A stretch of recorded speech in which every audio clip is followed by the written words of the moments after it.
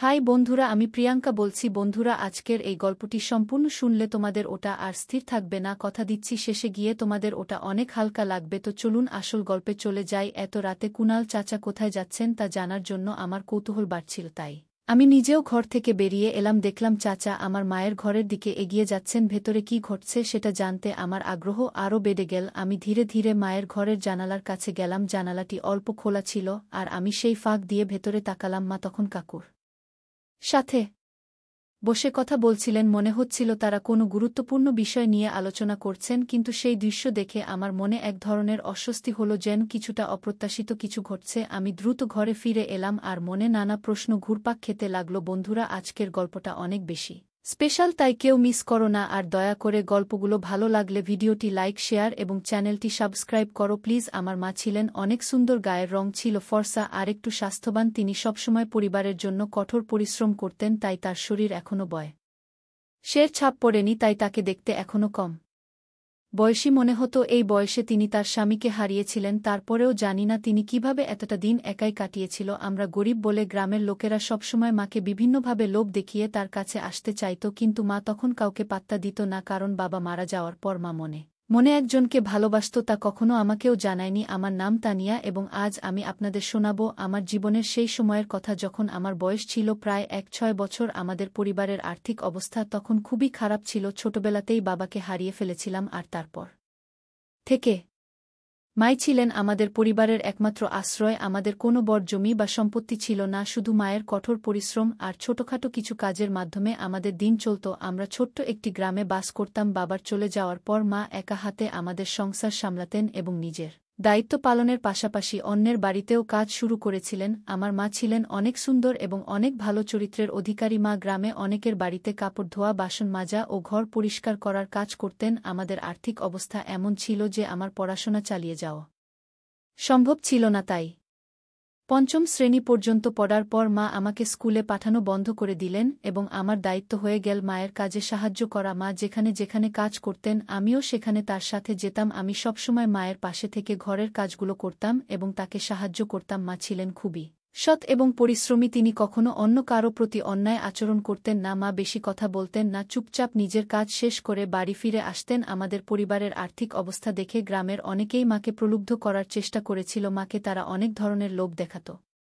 তাদের ধারণা ছিল যে আমরা গরিব বলে হয়তো মা তাদের কথায় বিভ্রান্ত হতে পারেন। যেসব বাড়িতে মা কাজ করতেন সেখানকার কিছু পুরুষ ও ছেলেরা তাকে ভুল পথে চালিত করার চেষ্টা করত, কিন্তু মা কখনোই তাদের কোনো প্রস্তাবকে গুরুত্ব দেননি। গ্রামের কিছু প্রভাবশালী লোক ও দুষ্ট প্রকৃতির মানুষও মাকে তাদের ফাঁদে ফেলার চেষ্টা করেছিল। তারা মায়ের প্রতি খারাপ উদ্দেশ্য নিয়ে এগিয়ে এসেছিল, কিন্তু মা কখনো তাদের কথায় কর্ণপাত করেননি। মায়ের মন সবসময় আমার এবং আমাদের সংসারের অবস্থার দিকেই নিবদ্ধ ছিল। তিনি কখনো পিছন ফিরে তাকাতেন না এবং তার সততা ও কঠোর মনোবলের জন্য আমি সবসময় তার প্রতি গর্বিত ছিলাম। একদিন গ্রামের একজন প্রভাবশালী ব্যক্তি, যিনি একজন নেতা ছিলেন, সরাসরি মায়ের কাছে একটি প্রস্তাব নিয়ে এসেছিলেন। তিনি মাকে বলেছিলেন, তোমার পরিস্থিতি দেখে আমার খারাপ লাগে। তুমি যদি চাও তাহলে তোমার এবং তোমার মেয়ের জীবনে আর কোনো কষ্ট থাকবে না। শুধু আমার কথাটি মেনে নাও। মা তার কথা শুনে সোজা তার চোখের দিকে তাকিয়ে বললেন, আমার নিজের পরিশ্রমের উপর বিশ্বাস আছে, আমি কারো দয়া চাই না। এক রাতে রাতের খাবার খেয়ে আমরা যখন ঘুমাতে যাচ্ছিলাম তখন হঠাৎ আমাদের দরজায় টোকা পড়ল। মা আমাকে বললেন, দেখো তো এত রাতে কে এসেছে। মা তখন নিজের ঘরে বিছানা পাতে চলে গেলেন। আমি দরজা খুললাম এবং দেখলাম দরজার বাইরে একজন লোক দাঁড়িয়ে আছে। লোকটি ভালো পোশাক পরা এবং বয়স আনুমানিক 4-0 বছর হবে। আমি একটু বিরক্ত হয়ে জিজ্ঞেস করলাম, এত রাতে কি দরকার? লোকটি হেসে উত্তর দিল, তানিয়া। তার মুখে আমার নাম শুনে আমি অবাক হয়ে গেলাম। আমি বললাম, আপনি কে? এর আগেই কিছু বোঝার চেষ্টা করছিলাম। তখন সেই লোকটি হঠাৎ আমাকে তার কাঁধে তুলে নিল এবং হাসতে হাসতে বলল, আমি তোমার চাচার মতো, তোমার বাবা পুরনো বন্ধু কুনাল বাবু। তার কথা শুনে মা দ্রুত বাইরে এলেন। মা এবং কুনাল চাচা একে অপরকে দেখে যেন অতীতে ফিরে গেলেন। তাদের চোখে পুরনো দিনের স্মৃতি যেন জীবন্ত হয়ে উঠল। প্রায় 2-3 মিনিট তারা একে অপরের দিকে তাকিয়ে রইলেন, যেন চারপাশের কিছুই তাদের মনে নেই। এই দৃশ্য দেখে আমি একটু অস্বস্তিতে পড়ে গেলাম এবং বললাম, মা, একে? আমার কথা শুনে তারা বাস্তবে ফিরে এলেন। কুনাল চাচা তখন আমাকে মাটিতে নামিয়ে দিলেন। আমি মায়ের পাশে গিয়ে দাঁড়ালাম। মায়ের মুখে এক ধরনের অদ্ভুত আনন্দের ঝিলিক ছিল। মা বললেন, এ হলেন তোমার কুনাল চাচা, তোমার বাবার পুরনো বন্ধু। কুনাল চাচাকে প্রণাম করো। আমি তাকে প্রণাম করলাম এবং কুনাল চাচা আমাদের ঘরে প্রবেশ করলেন। তিনি ঘরে ঢোকার পর যেন বাড়ির পরিবেশটা একটু পরিবর্তন হয়ে গেল। কুণাল চাচা মায়ের কাঁধে হাত রাখলেন আর মা একটু লজ্জায় হেসে রান্নাঘরের দিকে চলে গেলেন। আমি কিছুটা অবাক হয়ে ভাবছিলাম, আমরা তো সবে রাত এর খাবার খেয়েছি, তবে মা আবার কার জন্য রান্না করছেন? আমি জিজ্ঞেস করলাম, মা তুমি কার জন্য রান্না করছো? মা হালকা হেসে বললেন, তোমার কুণাল চাচার জন্য। তিনি অনেক দূরের পথ পাড়ি দিয়ে এসেছেন, নিশ্চয়ই ক্ষুধার্ত। আমি বললাম, কিন্তু মা, যদি উনি বাবার পুরনো বন্ধু হন তবে এতদিন কোথায় ছিলেন আর হঠাৎ এখন কেন এখানে এলেন? মা একটু গম্ভীর মুখে উত্তর দিলেন, উনিও আমাদের গ্রামেরই মানুষ ছিলেন। তখন তোমার বাবার খুব ঘনিষ্ঠ বন্ধু ছিলেন। যখন তোমার বাবা বাড়ি থাকতেন না তখন উনি আমাকে সাহায্য করতেন। খুব ভালো মনের মানুষ ছিলেন, আমরা একসাথে অনেক মজা করতাম। তোমার জন্মের পর উনি বিদেশ চলে গিয়েছিলেন। মায়ের কথাগুলো শুনে আমি চিন্তায় পড়ে গেলাম। কুণাল চাচা এত বছর পর হঠাৎ কেন ফিরে এলেন তা নিয়ে আমার মনে নানা প্রশ্ন জাগতে লাগল। আর কুণাল চাচার রেস্টুরেন্টের ব্যবসা ক্রমশ সাফল্যের মুখ দেখল। মা কুণাল চাচার সাথে খুবই সুখী ছিলেন এবং তারা দুজনে একে অপরের পাশে থেকে সবকিছু সামলাচ্ছিলেন। আমার বিয়ের কিছুদিন পরেই জানতে পারলাম আমি মা হতে চলেছি। এই খবর শুনে মা এবং কুণাল চাচা আনন্দে উদ্বেলিত হলেন। তারা আমার এবং আমার স্বামীর জন্য একটি নতুন বাড়ি তৈরির পরিকল্পনা করলেন, যাতে আমাদের সন্তানের আগমন সঠিক পরিবেশে হতে পারে। এখন মা কুণাল চাচার স্ত্রী হিসেবে ঘর ও ব্যবসার সমস্ত দায়িত্ব নিজের কাঁধে তুলে নিয়েছিলেন। তিনি আত্মবিশ্বাসে ভরপুর ছিলেন এবং আগের থেকে অনেক বেশি সুখী দেখাচ্ছিলেন। অন্যদিকে কুণাল চাচা আমার স্বামীকে রেস্টুরেন্টের কাজে অন্তর্ভুক্ত করলেন, যাতে ভবিষ্যতে সে রেস্টুরেন্টের দায়িত্ব নিতে পারে। আমাদের পরিবারের সুখ যেন ক্রমেই বাড়ছিল। কয়েক মাস পর আমার ছেলে জন্ম নিল। তখন কুণাল চাচা এবং মায়ের আনন্দের সীমা ছিল না। তারা আমার ছেলেকে নিজেদের সন্তান মনে করতে শুরু করলেন। কুণাল চাচা তো বলেই দিলেন যে আমার ছেলেকেই তার সমস্ত সম্পত্তির উত্তরাধিকারী করবেন। এই কথা শুনে আমার স্বামীও খুব খুশি হয়েছিল, কারণ কুণাল চাচা আমাদের পুরোপুরি তাদের পরিবার হিসেবে মেনে নিয়েছিলেন। আমাদের জীবন এখন সুন্দরভাবে চলছিল। আমরা একসঙ্গে উৎসব পালন করতাম, হাসি খুশিতে মেতে থাকতাম, আর আমাদের পরিবারটি গ্রামের সবার কাছে একটি আদর্শ হয়ে উঠেছিল। মা কুণাল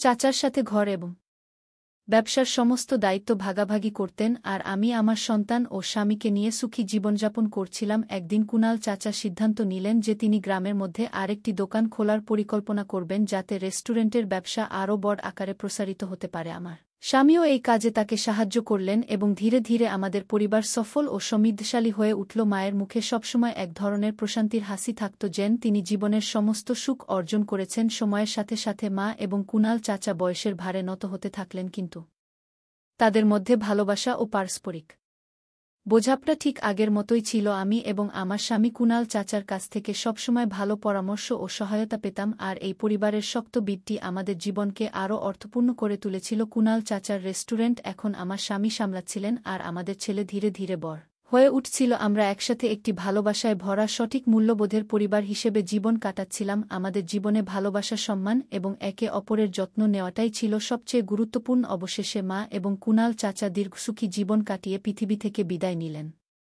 এবং সেই সময়ও তারা একে অপরের পাশে ছিলেন। তাদের স্মৃতিগুলো আমরা সযত্নে রক্ষা করে রেখেছি এবং তাদের দেওয়া মূল্যবোধ, শিক্ষা ও ভালোবাসা আমাদের জীবনে প্রতিফলিত করার চেষ্টা করেছি। তাদের চলে যাওয়ার পর আমরা তাদের নাম এবং স্বপ্নগুলিকে বাস্তবায়িত করার জন্য কাজ করতে থাকলাম, যাতে তাদের সৃষ্টির উত্তরাধিকার চিরকাল বেঁচে থাকে। এই গল্পে এমন অনেক মূল্যবান শিক্ষা লুকিয়ে আছে, যা আমাদের জীবনের কঠিন সময়ে দৃঢ়ভাবে দাঁড়ানোর প্রেরণা দেয়া। প্রথম, তানিয়ার মা তার স্বামীর মৃত্যুর পরেও একা হাতে পরিবারকে লালন পালন করেছেন। এই কঠিন পরিস্থিতিতে তার দৃঢ়তা ও পরিশ্রম আমাদের শেখায় যে জীবনের চ্যালেঞ্জের সামনে কখনো হাল ছেড়ে দেওয়া উচিত নয়। আমাদের মনোবল দৃঢ় রাখতে হবে এবং সব বাধা অতিক্রমের চেষ্টা করতে হবে। দ্বিতীয়ত, তানিয়ার মা বিভিন্ন বাড়িতে কাজ করে তাদের সংসার চালিয়েছেন। এটি আমাদের বোঝায় যে পরিশ্রম ও সততার মাধ্যমে করা কাজ কখনো বিফলে যায় না। যখন আমরা আমাদের কাজের প্রতি নিষ্ঠাবান থাকি তখন সফলতা অবশ্যই আসে। এছাড়াও তানিয়ার মা কখনো তার আত্মসম্মানকে ভুলে যাননি। যখন কিছু মানুষ তাকে হেয় করার চেষ্টা করেছিল তখনও তিনি নিজের সম্মান বজায় রেখেছিলেন। এটি আমার শেখায় যে আত্মসম্মান অত্যন্ত মূল্যবান এবং আমাদের কখনো কারো চাপের সামনে মাথা নত করা উচিত নয়। গল্পটিতে ইতিবাচকতা এবং পারস্পরিক সহায়তার গুরুত্ব তুলে ধরা হয়েছে। যখন কুণাল চাচা পরিবারের সাহায্যে এগিয়ে আসেন তখন এটি আমাদের শেখায় যে জীবনে যে কোনো সময় ইতিবাচক পরিবর্তন আসতে পারে। কঠিন সময়েও আমাদের ইতিবাচক দৃষ্টিভঙ্গি বজায় রাখা উচিত এবং কখনো আশা ছাড়বেন না। গল্পটি সমাজের কিছু কঠিন সত্য প্রকাশ করে মায়ের প্রতি স্থানীয় নেতাদের এবং দুষ্কৃত আচরণ আমাদের স্মরণ করিয়ে দেয় যে সমাজের সততা এবং সঠিক আচরণ বজায় রাখা খুবই গুরুত্বপূর্ণ। শেষ পর্যন্ত যখন কুণাল চাচার সাহায্যের হাত বাড়িয়ে দেন তখন এটি তানিয়া এবং তার মায়ের জন্য নতুন আশার আলো হয়ে ওঠে এই গল্পটি আমাদের মনে করিয়ে দেয় যে কঠিন সময়েও কখনো আশা ছেড়ে দেওয়া উচিত নয়, কারণ সহায়তা যে কোনো সময় আসতে পারে। তানিয়ার গল্প থেকে আমরা জীবনের অনেক গুরুত্বপূর্ণ শিক্ষা পাই। এই গল্পটি আমাদের অনুপ্রেরণা দেয় কিভাবে আমরা প্রতিকূলতাগুলির মুখোমুখি হতে পারি এবং আমাদের নীতিগুলিকে ধরে রাখতে পারি। জীবনে সবসময় এগিয়ে যাওয়ার চেষ্টা করা উচিত এবং প্রতিটি চ্যালেঞ্জ থেকে শেখার মানসিকতা বজায় রাখা উচিত। যদি এই গল্পটি আপনার হৃদয় ছুঁয়ে যায় তবে অনুগ্রহ করে ভিডিওটি লাইক করুন। গল্পটা কেমন লাগলো জানাতে ভুলবে না। আরও মজার মজার রোমান্টিক গল্প শুনতে চাইলে ভিডিওটি লাইক, শেয়ার এবং চ্যানেলটি সাবস্ক্রাইব করতে এবং বেল আইকনটি ক্লিক করতে ভুলবে না। ধন্যবাদ।